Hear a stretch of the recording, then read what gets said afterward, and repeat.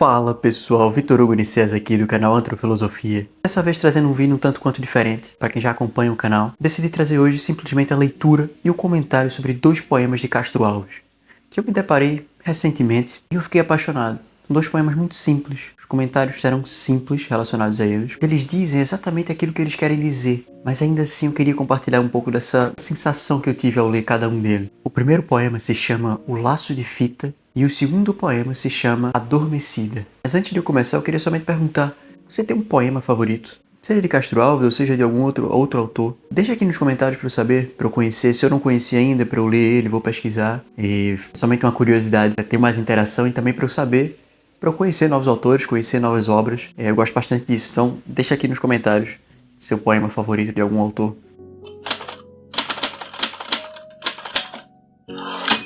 E, para quem não sabe, se você tem curiosidade em ler um poema, em aprender, em tentar compreender melhor um poema, como ler um poema, como escrever melhor também, o pessoal da Logopeia, que eu sempre indico aqui, tem um curso de introdução à leitura de poemas, a como você melhorar essa leitura, você compreender melhor um poema. Eu vou deixar aqui também um link na descrição, tá certo? Vocês sabem, eu falo sempre deles, confio muito no trabalho deles, e por isso, desfrutem. E vamos para o primeiro poema. O Laço de Fita. Não sabes, criança, estou louco de amores. Prendi meus afetos, formosa pepita. Mas onde? No templo, no espaço, nas névoas? Não rias. Prendi-me num laço de fita. Na selva sombria de tuas madeixas, nos negros cabelos da moça bonita. Fingindo a serpente que enlaça a folhagem, formoso enroscava-se o laço de fita. Meu ser que voava nas luzes da festa, qual pássaro bravo que os ares agita, eu vi de repente cativo, submisso rolar prisioneiro num laço de fita.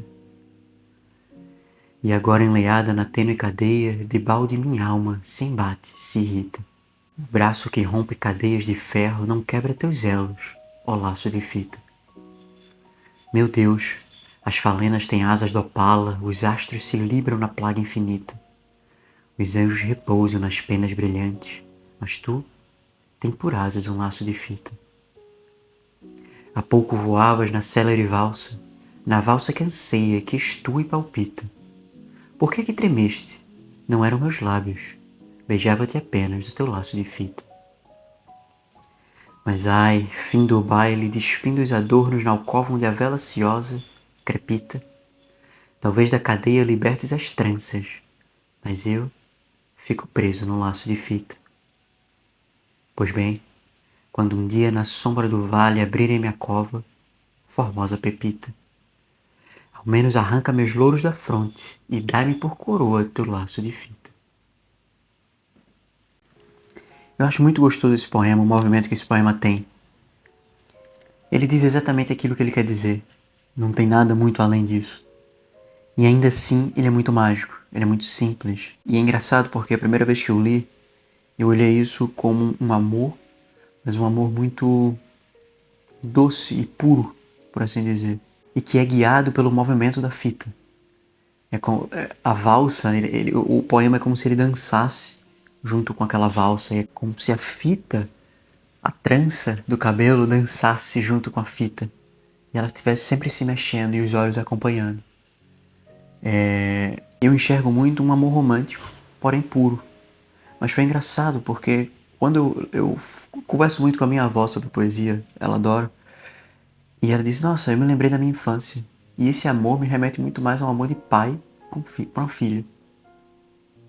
E aí abriu meus olhos. E realmente, a doçura desse poema, como eu disse, remete a esse amor puro, e essa pureza remete, ela não é uma pureza tão romântica. Ela é muito mais do que isso. Ela é um amor no sentido mais simples e belo que pode existir. E você sente a ternura nas palavras. Você sente a ternura da personagem e do eu lírico enquanto observa. Claro que nenhuma dessas duas opções que eu estou dando aqui de interpretação, elas são necessariamente essas. Pouco importa. Como eu já falei nesse vídeo aqui, sobre como observar a arte, qualquer arte é criada pelo artista com um objetivo. É como uma interpretação de texto. Você interpreta o texto não como você quer e bem entende, mas como o poema, como uma pintura, uma escultura, nos fornece. Mas para além de você alcançar o objetivo primordial do artista, você também vai interpretar além. Então aqui a gente não pode jamais dizer que isso aqui é um poema sobre raiva. Não dá. Ah, um ponto de vista. Não, não tem ponto de vista aqui. Isso não é um poema sobre raiva. Basta você ler e observar os detalhes, o movimento das palavras, o movimento do som. E você vai sentir a fluidez, você vai sentir a ternura e você sabe que isso é sobre amor. Que tipo de amor? Aí você interpreta como quiser. Tem passagens que remetem a um amor romântico, mas ele na conjuntura, ele remete muito mais a uma ternura, a um amor pacífico, calmo, que é daquele que só quer ver o bem e nada mais, sabe? E me chamou a atenção esse poema.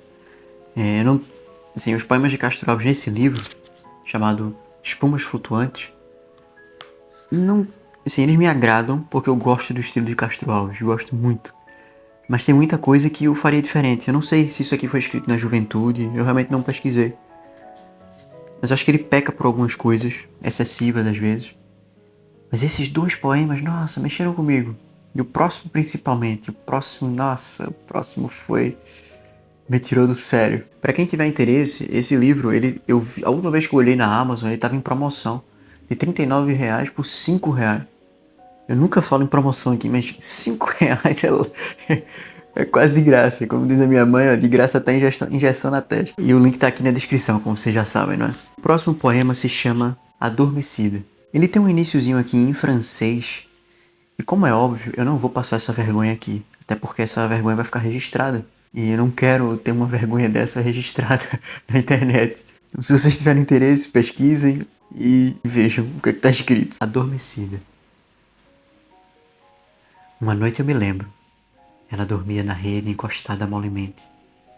Quase aberto o roupão. Solto o cabelo e o pé descalço no tapete rente. Estava aberta a janela. Um cheiro agreste exalava as silvas da campina. E ao longe, um pedaço de horizonte, via-se a noite plácida e divina. De um jasmineiro os galhos encurvados, indiscretos entravam pela sala, e de leve oscilando o tom das auras, iam na face trêmulos, beijá-la.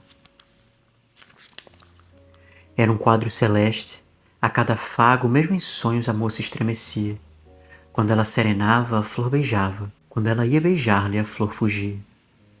Dir-se-ia que naquele doce instante brincavam duas cândidas crianças. A brisa, que agitava as folhas verdes, fazia-lhe ondear as negras tranças. E o ramo ora chegava, ora afastava-se, mas quando havia despeitado a meio, para não zangá-la, sacudia alegre uma chuva de pétalas no seio.